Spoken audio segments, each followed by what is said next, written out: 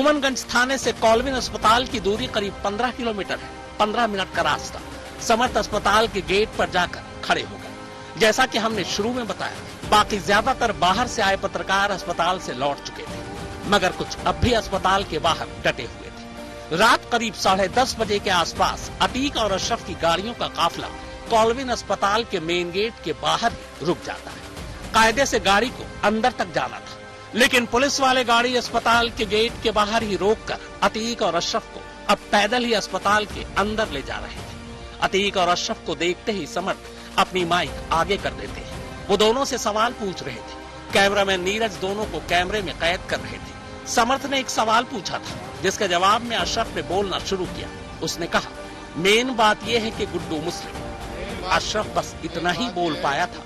अब तक अतीक और अशरफ अस्पताल के गेट से मुश्किल से 10 कदम ही चले थे। अशरफ अपनी बात पूरी भी नहीं कर पाया था और तभी 40 सेकंड का जो फुटेज है वो जिसे रिकॉर्ड किया है, उस वक्त डटे रहे थे नीरज, हमारे कैमरा पर्सन हैं। इन्होंने अपनी आंखों से फ्रेम बाय फ्रेम उसे देखा है। क्या क्या देखा है हम उनसे पूछेंगे।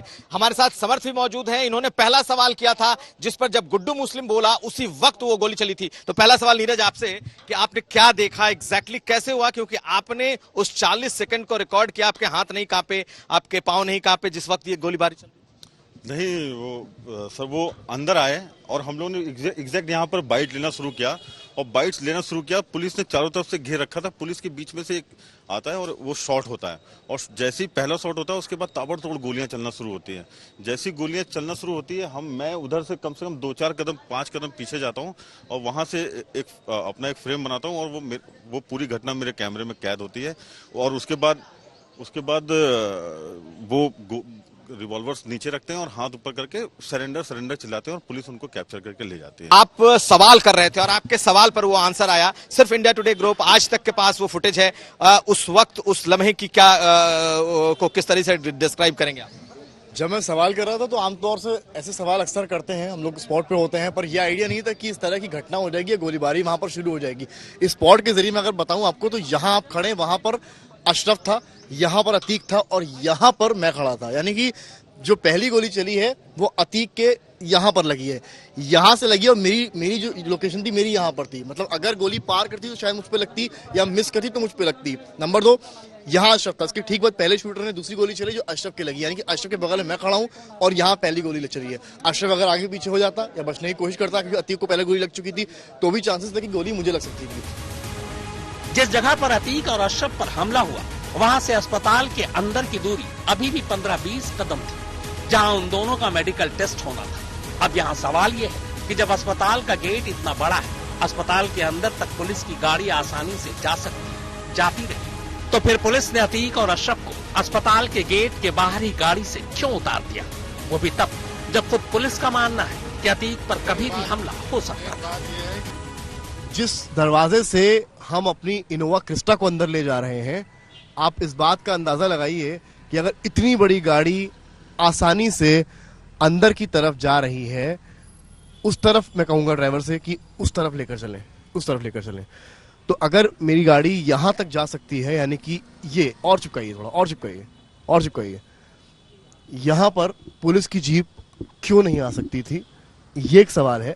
यहां पर मेरी गाड़ी रुकती है और मैं इस गाड़ी से उतरता हूं, और ये गाड़ी, हालांकि यहाँ बैरिकेड लगे हैं, हटवाए जा सकते हैं, जीप थोड़ा सा और भी इधर लग सकती है, और यहाँ से जीप से उतरा पुलिस के साथ अतीक और अशरफ और सीधे मेडिकल के लिए गए, मेडिकल करा के आए, सीधे गाड़ी में बैठे और सीधे बाहर। तो सवाल यही है कि आखिर जीप को बाहर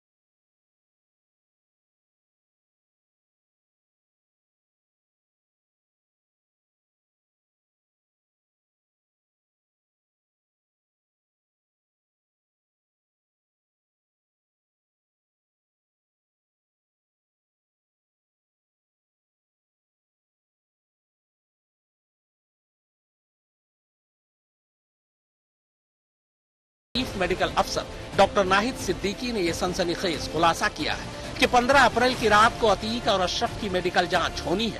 इस बारे में पुलिस की तरफ से अस्पताल को कोई सूचना ही नहीं दी गई थी, जबकि हमेशा ऐसे मामले में पहले से अस्पताल को खबर दी जाती ताकि उसी हिसाब से अस्पताल तैयारी कर सके।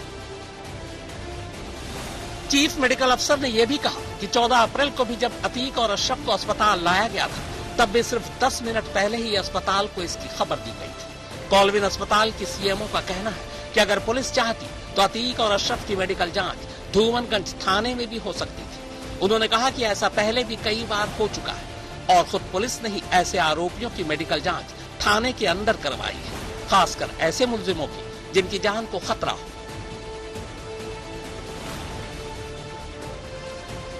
कॉलविन अस्पताल की सीएमओ का यह खुलासा भी कई सवाल खड़े करता है। जिस अतीक और अशरफ पर हमले की आशंका खुद यूपी के ADG law and order Prashant Kumar जता चुके थे, उन दोनों की मेडिकल जांच थाने में क्यों नहीं कराई गई? ये किसका फैसला था?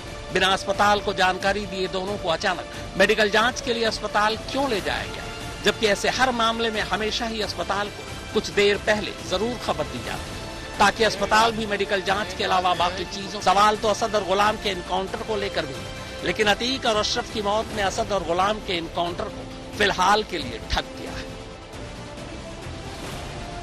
तो कुल मिलाकर शनिवार 15 अप्रैल को सुबह 10:30 बजे कसारी मसारी कब्रिस्तान में 2 लाशों यानी असद और गुलाम को दफनाने के साथ ही कहानी शुरू हुई और ठीक 12 घंटे बाद 15 अप्रैल की रात 10:30 बजे 2 और लाशों को इसी कब्रिस्तान में दफनाने की तैयारी शुरू हुई और 16 अप्रैल यानी शनिवार को ठीक उसी कब्रिस्तान में जहां असद और गुलाम को दफनाया गया, वहीं अतीक और अशरफ भी दफना दिए गए। मगर सवाल यह है कि पुलिस हिरासत में हुई इस मौत का सच कभी सामने आ पाएगा या वो भी दफना दिया जाएगा?